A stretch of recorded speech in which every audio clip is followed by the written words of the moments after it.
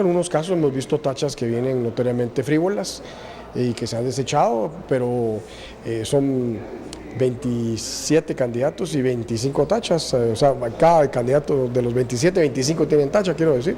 Entonces, imagínense, algunas vienen colectivas, vienen tachas a varios en un mismo escrito. Algunos de los diputados, diputadas, nos parece que las tachas presentadas tienen validez, en otros casos no, ¿verdad? Aunque creo que en el anterior caso fueron 2 o 3 votos realmente o personas las que se abstuvieron. Escuchábamos a los integrantes de la Comisión de Derechos Humanos pues describiendo este proceso de revisión de tachas, 27 aspirantes y 25 tachas.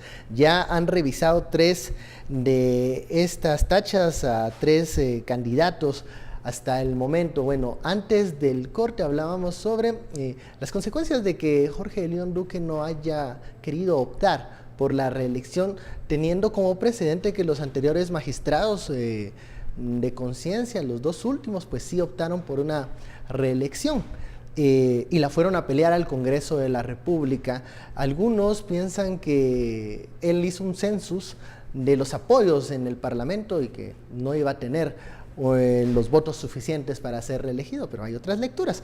Sin duda, las consecuencias de que no se presente a la reelección el actual PDH, ¿cómo lo deja parado en el panorama, Estuardo? Yo creo que hizo lo correcto. Yo creo que hizo lo correcto y después de como lo conceptualizó, ¿cómo se llama? Cabraloca. Taracena, como niño maravilla, creo que le dio el ímpetu y decir, mejor me preparo para la presidencia.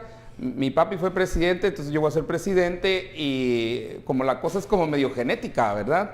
La presidencia es a veces medio genética. Bueno, entonces, mi papi fue procurador, yo soy procurador y entonces yo voy a ser presidente. El expresidente del Congreso le dice que es niño maravilla y entonces obviamente midió en el Congreso y dijo, no, ahorita no. Y además ahorita perder sería una derrota que sería muy complicada para el niño maravilla. Pero por lo demás, creo que también, yo creo que sí hay que darle un aire, pues por lo menos un cambio a la Procuraduría de los Derechos Humanos.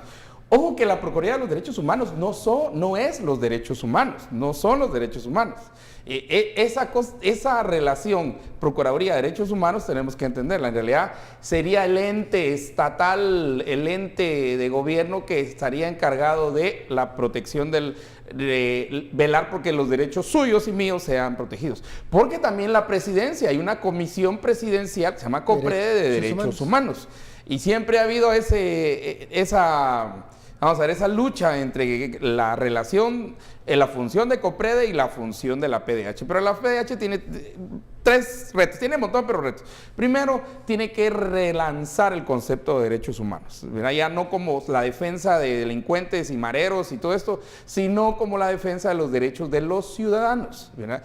La PDH no le da derechos a nadie. Esos son derechos propios, esos nosotros los traemos. Segundo, obviamente va a tener que entrar ya en derechos de 4ª generación, si no es que ya está ahí en la discusión de derechos de 4ª generación, ya mucho más allá de los derechos económicos, sociales y culturales, los DESC, ¿verdad? Y creo que un tercer gran reto para nosotros y para todo Guatemala es que nosotros también nos apropiemos de qué son los derechos humanos y que hay un ente que vela por eso, por nosotros, ¿verdad? En muchos países se llama ombudsman, o sea, el que cuida, el que vela por, el que está y el que va a estar a la par de. Pero ese concepto todavía no lo hemos llevado nosotros hacia adelante de los ciudadanos, pero la PDH tampoco ha hecho ese esfuerzo enorme por decir que son tus derechos y que son nuestros derechos, al final los que estaría protegiendo desde el Estado esa institución. En teoría de derechos, obvio, al final se dice que el Estado es el único violador de los derechos, es el último violador de los derechos humanos. O sea, es el culpable que tus derechos hayan sido violentados. Sí. Esa es la lógica y la doctrina en derechos humanos. Y en muchos casos entonces, pero digamos, todas esas cositas pequeñas hay que enseñarlas, hay que transmitirlas a la población y que posiblemente también haya muchas cosas que son penales y van a parar derechos humanos, ¿verdad? ¿Cómo se puede transmitir el hecho de que en algunos momentos la PDH pide protección para pandilleros, para delincuentes en un proceso penal, digamos? que el ciudadano a veces eso no lo entiende porque dice, bueno, ¿y por qué se toman estas medidas cautelares en favor de algunos pandilleros? Y allí, bueno, es difícil, yo creo que sí es un reto que la PDH pueda comunicar por qué lo está haciendo sin caer en la narrativa que ya está colocada en el ambiente de que la PDH es un paraguas que protege criminales. ¿Cómo vas a explicar ese trabajo que lo tiene que hacer la PDH? Si la PDH no hace ese trabajo que nos pareciera a muchos irónico o sin ningún fundamento, pero lo tiene que hacer, ¿cómo lo puede comunicar mejor? Porque no puede dejar de velar por el debido proceso, incluso de los pandilleros. Es que mira, no es ni irónico. Pero a la ciudadanía le parece. A la ciudadanía le porque parece. ya te digo, hay un discurso no es posicionado. Ni irónico, pero es porque la base conceptual en la que se ha construido. Es lógico que la inferencia general sea, está protegiendo pandilleros, mareros y ladrones. O es que hemos construido ese discurso. Eso es como lo hemos construido, como se ha venido desde Minúa. Se construyó de esa manera, ¿verdad? Entonces, ahí, pero el reto que tiene... Pero se construyó de esa manera, ¿por qué dices que se construyó de esa manera? ¿Porque se dio énfasis a la violación del Estado en sí mismo? No solo sino a quien se protege, pero ahí no se está protegiendo al delincuente, se está protegiendo el debido derecho. Miren, y el marero puede ser el marero, más descuartizador, más 1 de julio. Es que eso es lo que no se le hace énfasis, pero él sigue bajo un proceso de protección de él. Y yo también, porque la queja ha sido que también la víctima o los deudos de la víctima también deben esa protección. Creo que ha sido una cuestión de énfasis, ha sido una cuestión que se está protegiendo el debido proceso para que al final va a tener una decisión, pero para las partes. Y entonces, si se pone énfasis en obviamente va a decir, este está más vulnerable, ¿por qué? Porque lo pueden linchar, porque lo pueden hacer. Lo mismo le pasa a la PNC cuando va a sacar a personas que no han pasado un debido proceso y que ya los quieren linchar, apedrear, quemar y hacerles de todo. Es el énfasis que se da al sujeto al que se le está acusando de algo y no se hace el mismo énfasis a la víctima. Bueno, hay que entender esto un poco en el contexto histórico, que muchas veces la PDH vigilaba por acusaciones que tuviesen fundamento y que no fuesen, bueno, como ocurría antes, con información que tal vez no era la más certera. Es que hay que decir una cosa, es importantísimo que tengamos una institución que nos proteja de los abusos que puede tener el Estado. Abusos arbitrarios. Eso es importantísimo. Porque además esto no es solo de Guatemala, esto tradicionalmente, por supuesto que el Estado es uno de los que más ha abusado de los derechos humanos. Correcto. Y al final es de liberales considerar que el Estado es un ente peligroso. O sea, desconfiar de alguna manera del Estado y del poder que tiene, porque tiene ese poder contra ti. No, porque lo puede ejercer en algún momento. Porque no ejerciendo se convirtió en una violación a tus derechos. Porque también es el monstruo frío, más frío de todos los monstruos fríos que decía Hobbes. Y es el que acumula una enorme cantidad del poder y de la violencia. Entonces, está bien, Estado tiene que existir, pero es bueno que haya mecanismos para protegerte contra la discrecionalidad, arbitrariedad de ese Estado. Entonces, yo lo veo muy difícil cuando la gente lo que quiere es que apaleen y ejecuten a los mareros ahí in situ, ¿no? Cuando tú lo que estás pidiendo es venganza, y ya hemos dicho muchas veces, hemos hablado muchas veces de este programa, que se entiende perfectamente esa reacción emocional. Otra cosa es que se pueda justificar o que se pueda aplicar como política pública, no es así. Entonces va a ser muy difícil posicionarse en estos temas para la Procuraduría, porque de facto cada vez que haya un madrero detenido, la PDH tiene que garantizar que ahí se estén cumpliendo los derechos humanos. ¿Dónde existe un sitio donde hay una violación constante de derechos humanos y donde la gente vive en condiciones infrahumanas? Las cárceles. Nos guste o no, la gente en este país vive en unas cárceles horrorosas. Derechos humanos tiene que estar ahí. Y tiene que hacerse presente y decir, miren, esto no puede ser por esto, por esto, por esto. Los grupos que además tienden a denunciar abusos a derechos humanos tienden a ser grupos, en muchos casos los que están más organizados y los que utilizan ese canal, grupos asociados con la izquierda, y sobre todo esa parte muy conservadora de la sociedad guatemalteca, va a ser fácil para ellos, ya que la PDH se ve obligada, porque está obligada por ley, a investigar todas esas denuncias. Es muy fácil como colocarles bajo el paraguas de derechos humanos significa una banda de izquierdosos protegiendo criminales. Pero derechos humanos, la institucionalidad de derechos humanos tiene que seguir haciendo lo que está haciendo y hacerlo incluso mejor de lo que lo hace ahora. No puede decir, ¿saben qué? A partir de ahora vamos a aceptar solo denuncias a digamos, ciudadanos comunes sin antecedentes penales, y todo lo que sean abusos a criminales y a gente que está en la cárcel me dan a dar exactamente igual. Ahí ojalá los quemen vivos. Su mandato. No pueden hacerlo. Y si lo hace, va a ser un penoso, horroroso procurador de justicia. Y es un reto para cualquiera que llegue, ¿no? No, por eso te digo que ideología por eso el proceso ahorita en difícil. El Congreso, que le den rápido y que terminen. Si ponen a Mickey Mouse de PDH, denle, o a la Minnie Mouse, quien sea, ¿verdad? Pero si llega Mickey Mouse tiene el reto de relanzar la idea central de derechos humanos. Tiene el reto central de decir que se está protegiendo un debido proceso.